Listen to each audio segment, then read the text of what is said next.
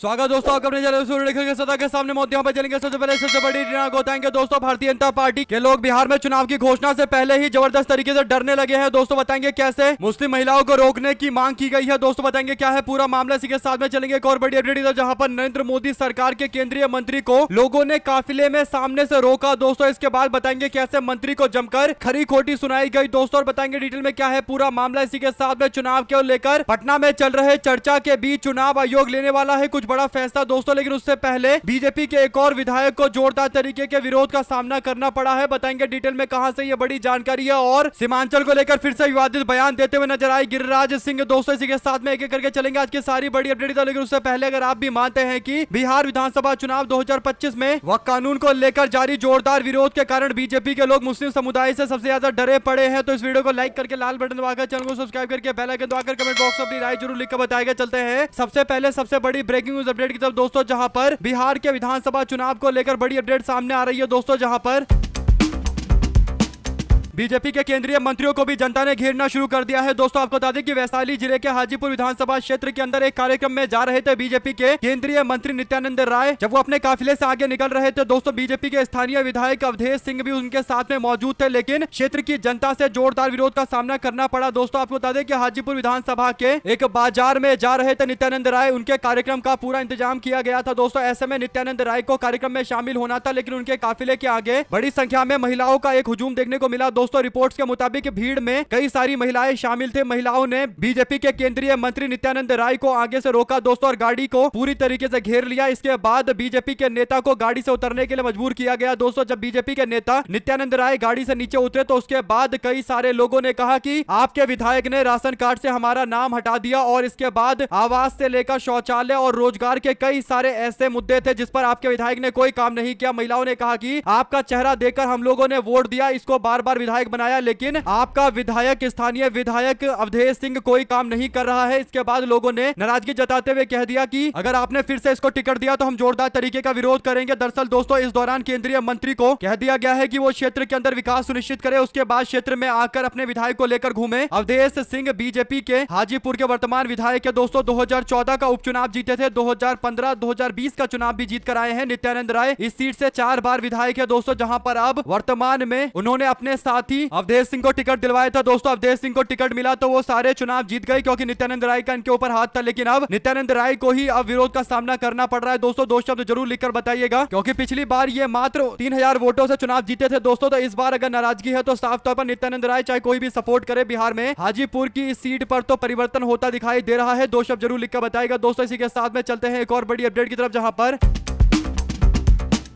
चुनाव की घोषणा से पहले एक और जोरदार बवाल हुआ बीजेपी के विधायक को देखते ही। दोस्तों आपको बता दें कि ये खबर बिहार के रोसड़ा विधानसभा क्षेत्र से सामने आई है। दोस्तों चुनाव से पहले बीजेपी के विधायक वीरेंद्र कुमार को उनके इलाके में जबरदस्त विरोध का सामना करना पड़ रहा है। यह मामला रोसड़ा विधानसभा क्षेत्र का है, जहां पर क्षेत्र में उनके विरोध का वीडियो भी वायरल हुआ है। दोस्तों आपको बता दें कि स्थानीय लोगों ने जोर जोर से नारे लगाए हैं, ग्रामीण इलाकों में जाकर लोगों से मुलाकात करना चाहते थे। समस्तीपुर के विधायक है दोस्तों, ऐसे में मीडिया के सामने घनघोर तरीके से इनकी बेइज्जती हुई है। आपको बता दें कि विधायक का विरोध कई क्षेत्रों में लगातार जारी है। पिछले चुनाव में भारतीय जनता पार्टी के विधायक वीरेंद्र कुमार को जनता ने अच्छे खासे समर्थन से जिताया था दोस्तों, लेकिन इस बार इनकी स्थिति खराब होती दिखाई दे रही है। पिछली बार कांग्रेस पार्टी के नेता नागेंद्र कुमार को हराकर अच्छे अंतर से चुनाव जीते थे, लेकिन उम्मीद की जा रही है कि इस बार कांग्रेस पार्टी ये सीट राष्ट्रीय जनता दल को देगी दोस्तों, और आरजेडी कोई दमदार उम्मीदवार उतारकर बीजेपी के नेता वीरेंद्र कुमार को हराने की पूरी कोशिश करेंगे। जो भी आपकी राय है लिखकर जरूर बताएगा। चलते हैं एक और बड़ी अपडेट की तरफ, जहां पर बिहार और बंगाल में सीमांचल की डेमोग्राफी बदल रही है, इस तरीके का बयान दे रहे हैं बीजेपी के नेता और बेगूसराय के सांसद गिरिराज सिंह। दोस्तों आपको बता दें कि गिरिराज सिंह को बीजेपी ने पूरे सीमांचल में प्रचार में लगा दिया है। बिहार और बंगाल में सीमांचल में डेमोग्राफी का बदलाव हो रहा है, इस तरीके का दावा कर रहे हैं भाजपा के नेता। किला मैदान बक्सर में भोजपुर में बीजेपी के युवा मोर्चा के संयुक्त युवा संखनाद के दौरान संबोधित करते हुए गिरिराज सिंह कहते हैं कि सीमांचल की बदलती डेमोग्राफी को हम बदलेंगे, कोई रोहिंग्या नहीं दिखेगा। यानी दोस्तों घुसपैठियों का मुद्दा बीजेपी के नेता अमित शाह और मोदी उठा रहे थे, लेकिन ग्राउंड स्तर पर अगर कोई नेता है जो इस मुद्दे को बार बार लोगों के बीच में प्रमोट कर रहा है दोस्तों, तो वो गिरिराज सिंह है। 2 शब्द जरूर लिखकर बताइएगा अगर आप भी मानते हैं कि जानबूझकर गिरिराज सिंह को घुसपैठी के मुद्दे पर बोलने के लिए आगे किया गया है, तो 2 शब्द जरूर लिखकर बताइएगा। इसी के साथ में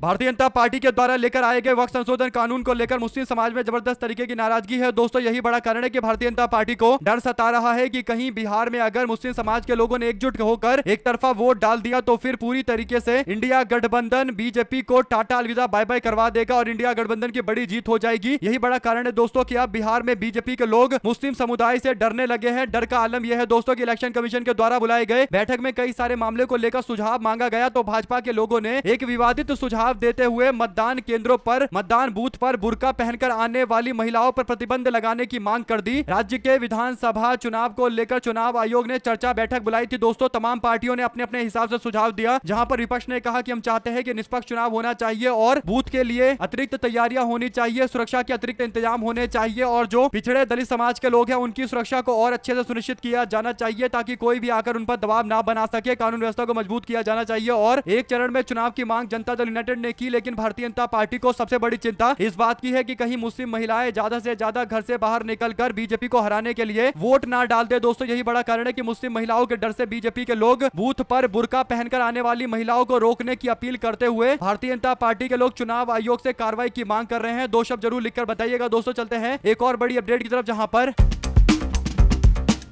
बिहार के बक्सर के अंदर भारतीय जनता पार्टी के प्रदेश महिला मोर्चा की क्षेत्रीय प्रभारी दुर्गावती चौधरी के पति और भारतीय जनता पार्टी युवा मोर्चा के क्षेत्रीय प्रभारी संतोष कुमार चौबे और उनके सहयोगी नीकू तिवारी के साथ में मारपीट हुई है दोस्तों। आपको बता दें कि बीजेपी के दो पदाधिकारी आपस में भिड़ गए हैं। इस घटनाक्रम से जुड़ी कई वीडियो क्लिप इंटरनेट पर वायरल है दोस्तों। भारतीय जनता पार्टी के कार्य समिति के सदस्य दुर्गा चरण मिश्रा ने इसे निंदनीय कृत्य बताते हुए आरोपियों पर कार्रवाई करने की मांग की है दोस्तों और जल्द से जल्द इनसे हथियार छीनने के लिए बोला गया है। सरकार से कार्रवाई की मांग की गई है। हालांकि भारतीय जनता पार्टी की राज्य में सरकार है दोस्तों, लेकिन बीजेपी के दो पदाधिकारी और उनका पूरा ग्रुप एक दूसरे से भिड़ गया है। बिहार में खासकर बीजेपी के अंदर जो गुटबाजी है दोस्तों, उसका मामला इतना बड़ा है कि नेता एक दूसरे को देखना तक नहीं चाहते हैं। उसका ये जीता जागता उदाहरण है। आप क्या कहना चाहते हैं पूरे मामले में? अपनी राय जरूर लिखकर बताएगा दोस्तों। चलते हैं एक और बड़ी अपडेट की तरफ, जहां पर बिहार विधानसभा चुनाव 2025 से पहले सियासी हलचलें तेज है दोस्तों। भोजपुरी के सुपरस्टार पवन सिंह ने एनडीए प्रत्याशी के तौर पर चुनाव लड़ने की चर्चा जोरों पर रखी है दोस्तों। दोनों की ओर से कोई ना कोई प्रयास किए जा रहे हैं, जिसे लेकर अब राजनीतिक चर्चाओं में इनका नाम भी सामने आ रहा है। ऐसे में भारतीय जनता पार्टी को इनडायरेक्ट तरीके से सपोर्ट करने वाले पवन सिंह को लेकर खेसारी लाल यादव ने एक ऐसा बयान दिया है दोस्तों, जिसके बाद अब इनके समर्थकों के बीच में भी आपस में बवाल देखने को मिलेगा और विवाद आगे बढ़ गया है। दरअसल दोस्तों, खेसारी लाल यादव की पत्नी चुनावी मैदान में उतरने वाली है, ये बात लगभग तय है। उनको मांझी विधानसभा सीट से चुनावी मैदान में उतारा जा सकता है। ऐसे में पवन सिंह के राजनीति में उतरने को लेकर जब खेसारी लाल यादव से सवाल पूछा गया तो पहले तो उन्होंने एक नॉर्मल सा बयान दिया दोस्तों। इसके बाद वो कहते हैं कि मैं इस तरह थूक के चाटने वालों में से नहीं हूं। पवन सिंह की बीजेपी में वापसी हुई ऐसा कहा जा सकता है दोस्तों, क्योंकि उपेंद्र कुशवाहा के पैर छूकर पवन सिंह इनडायरेक्ट तरीके से बीजेपी को सपोर्ट करते आए। अमित शाह से भी उनकी मुलाकात हो गई थी, तो कह सकते हैं कि बीजेपी के कहने के बाद उपेंद्र कुशवाहा की पार्टी में इनको सदस्यता दिलवाई गई है और काराकाट में उपेंद्र कुशवाहा को हराने वाले पवन सिंह उनके पैर छूकर कहीं ना कहीं बता रहे हैं कि अब पवन सिंह बीजेपी के आगे झुक चुके हैं। दो शब्द जरूर लिखकर बताइएगा दोस्तों। और खेसारी लाल यादव के इस बयान के बाद और ज्यादा इस पर बहस शुरू होने वाली है। चलते हैं एक और बड़ी अपडेट की तरफ दोस्तों, जहां पर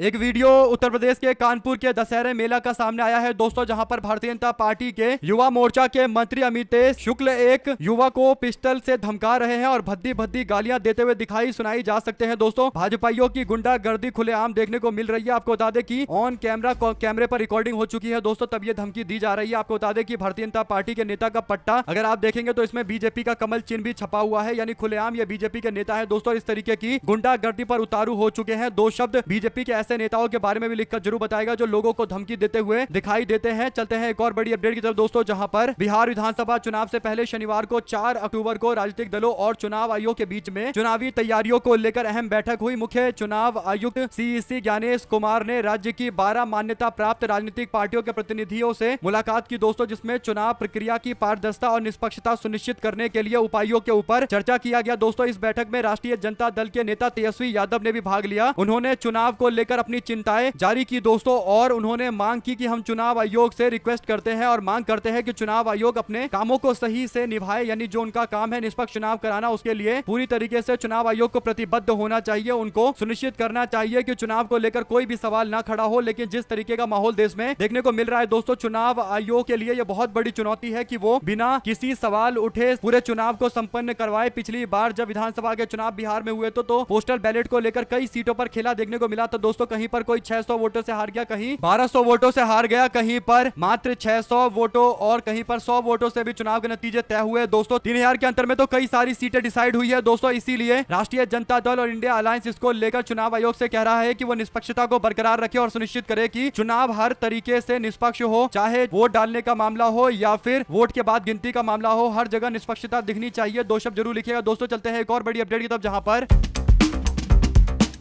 उत्तर प्रदेश के बरेली में 26 सितंबर को हुए बवाल के बाद शांति है दोस्तों। शहर में भारी सुरक्षा बल तैनात किया गया है। इस बीच सूबे के अंदर विधानसभा के नेता प्रतिपक्ष और समाजवादी पार्टी के वरिष्ठ नेता माता प्रसाद पांडे के नेतृत्व में पार्टी का एक प्रतिनिधि मंडल लोगों से मुलाकात करने के लिए जाने वाला था। पीड़ित परिवार के लोगों से मुलाकात होने वाली थी दोस्तों। लखनऊ में माता प्रसाद पांडे के आवास के बाहर पुलिस बल तैनात कर दिया गया और बीजीआई थाने की ओर से बरेली न जाने का नोटिस दिया गया। साथ ही जियाउर रहमान बर्क के निवास को पुलिस ने घेर लिया दोस्तों। हाउस अरेस्ट जैसी स्थिति हो गई, उन्हें भी घर से बाहर नहीं निकलने दिया जा रहा है। बरेली का प्रस्तावित दौरा समाजवादी पार्टी के प्रतिनिधि मंडल का रद्द भी करना पड़ा है दोस्तों, क्योंकि पुलिस प्रशासन की ओर से कई गाड़ियां लाकर माता प्रसाद पांडे के घर के बाहर लगा दी गई दोस्तों और पूरे घर को घेर लिया गया। समाजवादी पार्टी के प्रदेश अध्यक्ष को अपने कार्यक्रम को नहीं करने दिया जा रहा है, यानी हर जगह हाउस अरेस्ट की कार्रवाई उत्तर प्रदेश के अंदर चलती रहती है। इससे पहले जब समाजवादी पार्टी से पहले कांग्रेस पार्टी के नेता इमरान मसूद ने भी बरेली में पीड़ित परिवारों से मुलाकात करने का फैसला लिया था दोस्तों, तो उनको रोकने के लिए पुलिस फोर्स तैनात कर दी गई थी और नजरबंद कर दिया गया था। अगर आप भी मानते हैं कि ये घूम फिरकर भारतीय जनता पार्टी सरकार की मानसिकता को दिखाता है, जो नहीं चाहते हैं कि विपक्षी लोग पीड़ित परिवार के लोगों से मुलाकात करें। अगर विपक्ष पीड़ित परिवार से मुलाकात नहीं करेगा तो आखिर पीड़ित परिवार के लिए न्याय की गुहार कौन लगाएगा, क्योंकि सत्ताधारी दल के द्वारा अन्याय किया गया है तो न्याय की मांग तो केवल विपक्षी कर सकता है। अगर आप भी मानते हैं दोस्तों कि विपक्ष को रोके जाना साफ तौर पर गैर संवैधानिक है और इसका पुरजोर तरीके से विरोध किया जाना चाहिए, ऐसी मानसिकता का जहां पर विपक्ष को पीड़ित परिवारों से मिलने तक नहीं दिया जा रहा, तो अपनी राय जरूर लिखकर बताइएगा। चलते हैं एक और बड़ी अपडेट की तरफ, जिसमें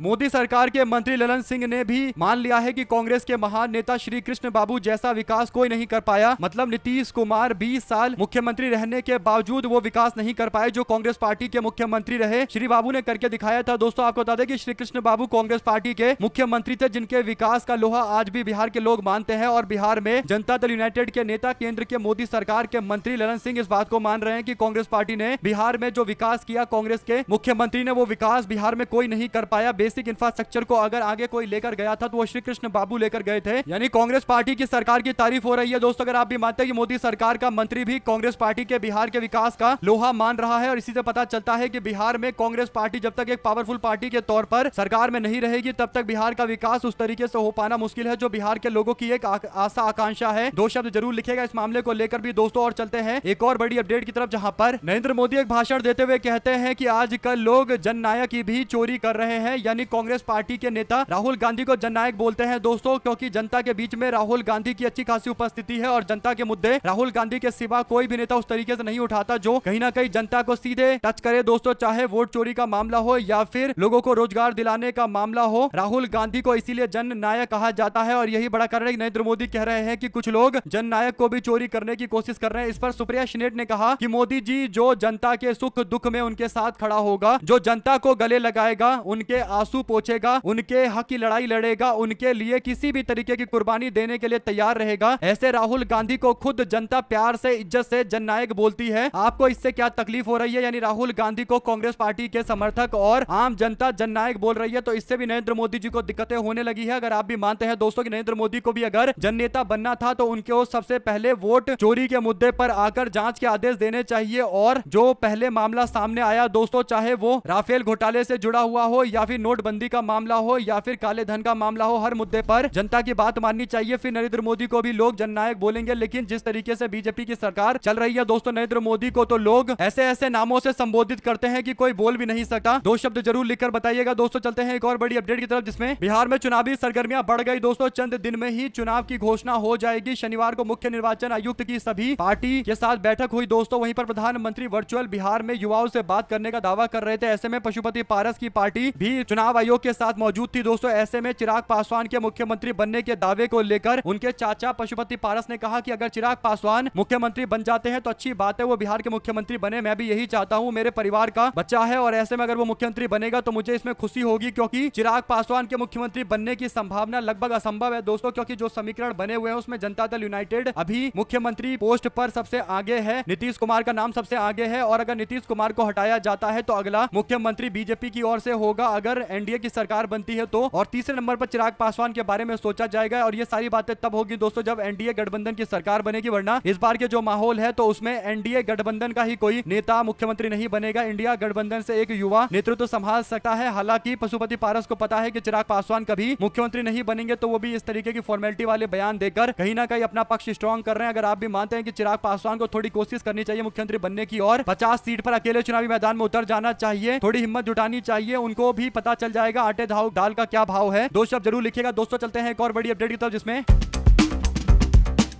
आरएसएस के 100 साल पूरे होने के बाद देश भर के अंदर अलग अलग लोगों से आरएसएस को बधाइयां दिलवाई जा रही है दोस्तों। ऐसे ही एक्टर हैं बॉलीवुड के अर्जुन रामपाल दोस्तों, उन्होंने आरएसएस की जमकर तारीफ की है, आरएसएस को लेकर एक वीडियो जारी किया है दोस्तों। आरएसएस की तारीफ में जब ये वीडियो जारी करते हैं तो फिर लोगों ने इनके बारे में भी कुछ फैक्ट चेक करना शुरू कर दिया दोस्तों। तो पता चला कि बॉलीवुड के अंदर जितने भी लोग आरएसएस या बीजेपी को सपोर्ट करते दिखाई देते हैं, उनके बैकग्राउंड में कुछ ना कुछ ऐसा बड़ा कांड होता है दोस्तों जिसे लेकर इनके पास कोई जवाब नहीं होता। अर्जुन रामपाल को 2019 में टैक्स का नोटिस गया था दोस्तों, यानी टैक्स चुराने का नोटिस भेजा गया था और 2019 में भेजा गया होगा। तो आप लोग जानते हैं कि किसकी सरकार ने भेजा होगा। जब नोटिस मिल गया तो उसके बाद इनको आरएसएस में बहुत सारी खूबियां दिखाई देने लगी और इनके ऊपर नॉन बेलेबल का अरेस्ट का वारंट भी जारी हो चुका है दोस्तों। और 2020 में इनके ऊपर नशे से जुड़े नारकोटिक्स के मामले भी दर्ज किए गए थे। तो इतने बड़े कांडी व्यक्ति हैं दोस्तों और आरएसएस की तारीफ कर रहे, तो लोगों ने कहा कि तारीफ तो ये करेंगे ही, क्योंकि इन्होंने अपनी जिंदगी में कांड इतने बड़े बड़े कर रखे, इतने बड़े बड़े मुकदमे इनके ऊपर चल रहे हैं। तो लिखकर जरूर बताएगा दोस्तों। चलते हैं एक और बड़ी अपडेट की तरफ, जहां पर राष्ट्रीय स्वयंसेवक संघ की 100वीं वर्षगांठ पर बॉलीवुड के एक और एक्टर संजय दत्त ने एक वीडियो शेयर किया है दोस्तों। वीडियो में संजय दत्त ने आरएसएस को बधाई दी है, जो वीडियो काफी ज्यादा शेयर की जा रही है दोस्तों। आपको बता दें कि आरएसएस को कई सारे बॉलीवुड के लोगों के द्वारा अभिवादन किया गया है, लेकिन सवाल घूम फिर कर यही है कि क्या ये सच में ऐसा कर रहे हैं या फिर केवल दिखाने मात्र के लिए किसी दबाव के लिए वीडियो जारी कर रहे हैं दोस्तों। आपको बता दें कि कांग्रेस पार्टी के नेता ने इस पर प्रतिक्रिया दी है। कांग्रेस के प्रवक्ता बोलते हैं कि पूरी जिंदगी संजय दत्त के पिता सुनील दत्त ने कांग्रेस पार्टी में रहते हुए आरएसएस का विरोध किया। उनकी बहन प्रिया दत्त कांग्रेस पार्टी से जुड़ी रही। सुनील दत्त प्रिया दत्त ने कांग्रेस की विचारधारा का समर्थन करते हुए आरएसएस के खिलाफ मोर्चा खोला था। कांग्रेस के नेता सुरेंद्र राजपूत ने संजय दत्त को उनके परिवार की विचारधारा याद दिलवाई है दोस्तों, जो ऐसा लग रहा है कि पूरी तरीके से भूल चुके हैं। और वैसे भी जो दौर चल रहा है दोस्तों, अगर संजय दत्त भारतीय जनता पार्टी के खिलाफ खड़े हो जाएंगे तो आप लोग जानते हैं कि उनके ऊपर क्या एक्शन हो सकता है दोस्तों। बड़ी मुश्किल से जेल से बाहर निकलकर आए हैं। दो शब्द जरूर लिखकर बताएगा, ज्यादा से वीडियो को शेयर कीजिएगा। चलते हैं एक और बड़ी अपडेट की तरफ, जिसमें प्रधानमंत्री नरेंद्र मोदी की कूटनीति की एक और विफलता गिनवाते हुए जयराम रमेश ने कहा कि यह घटनाक्रम पाकिस्तान जयराम रमेश ने कहा कि प्रधानमंत्री की उस व्यक्तिगत कूटनीति की ये नाकामी है जो राष्ट्र हितों से अधिक छवि निर्माण और वैश्विक तमाशे को आगे रखकर की जाती है, यानी वैश्विक तमाशे को आगे रखा जाता है। और आप लोग जानते हैं दोस्तों कि वैश्विक तमाशा किसको बोला जाता है। बीजेपी की विदेश नीति में कैसे नरेंद्र मोदी को एक बड़े नेता के तौर पर इंटरनेशनल देशों के अंदर दिखाने की कोशिश की जाती है, माहौल बनाने की कोशिश की जाती है। आप लोग जानते हैं दोस्तों कि रूस ने पाकिस्तान की मदद करने का ऐलान किया है। इसे ही कांग्रेस पार्टी बड़ा मुद्दे का कारण बता रही है दोस्तों। आपको बता दें कि पाकिस्तान के चीनी निर्मित ZF-17 लड़ाकू विमान के लिए उन्नत RD-93MA इंजन की आपूर्ति अब रूस करने जा रहा है दोस्तों, यानी रसिया के द्वारा मदद पहुंचाई जा रही है पाकिस्तान की। और यही नरेंद्र मोदी और बीजेपी की विदेश नीति है दोस्तों, जहां पर भारत के दोस्त भी भारत के दुश्मन का समर्थन कर रहे हैं और बीजेपी के पास इसको लेकर कोई पॉलिसी नहीं है। साथ साथ केजरीवाल के सीएम आवास को गेस्ट हाउस में बनाने तब्दील करने की तैयारी चल रही है दोस्तों। 9 साल मुख्यमंत्री के तौर पर अरविंद केजरीवाल इसी बंगले में रहे थे, जिसको शीश महल बोलकर भारतीय जनता पार्टी जमकर आलोचना करती है दोस्तों। आपको बता दें कि शीश महल पर भारतीय जनता पार्टी ने पूरा चुनाव लड़ा था और चुनाव के बाद लोगों ने कहा कि शीश महल पर बड़ी बड़ी बातें करते थे। आखिर अभी तक जनता को क्यों नहीं दिखाया कि असली में शीश महल के अंदर क्या था। क्या केजरीवाल करोड़ों रुपए खर्च करके अपना जीवन जी रहे थे, विलास का जीवन जी रहे थे। ये बात बताना चाहिए और इसका सबूत भी देना चाहिए। लेकिन भारतीय जनता पार्टी ने अभी तक ये तथाकथित जो अरविंद केजरीवाल का महल था दोस्तों, उसे दिखाने की कोशिश नहीं की है। यानी जनता जानना चाहती है कि आखिर महल में है क्या। लेकिन दोस्तों बीजेपी के लोग इस पर कन्नी काट रहे हैं। उनको पता है कि हकीकत बताएंगे तो लोग समझ जाएंगे कि कहीं ना कहीं अरविंद केजरीवाल को बदनाम करने के लिए ये बातें उठाई जा रही थी। दोस्तों आप जरूर लिखकर बताएगा इस पूरे मामले को लेकर भी। दोस्तों चलते हैं एक और बड़ी खबर की तरफ, जहां पर शिवसेना यूबीटी के नेता और महाराष्ट्र विधान परिषद के नेता अनिल परब ने कहा कि शिवसेना के नेता और पूर्व मंत्री रामदास कदम के खिलाफ मानहानि का केस करेंगे। केस से मिलने वाली राशि को महाराष्ट्र के बाढ़ पीड़ित परिवारों को, किसानों को पहुंचाएंगे। और परब का ये बयान रामदास कदम के 2 अक्टूबर को दिए गए भाषण को लेकर है दोस्तों, जिसमें उन्होंने दावा किया था कि 2012 में बाला साहेब ठाकरे की मृत्यु की खबर 2 दिन के देरी से आई थी। यानी उद्धव ठाकरे परिवार के ऊपर आरोप लगाने की कोशिश की गई है। हमारे साथ लगातार जुड़े दोस्तों का बहुत बहुत धन्यवाद। देखते हैं आपको अपना चैनल जय हिंद जय भारत, जहाँ से वीडियो शेयर कीजिएगा। बहुत धन्यवाद।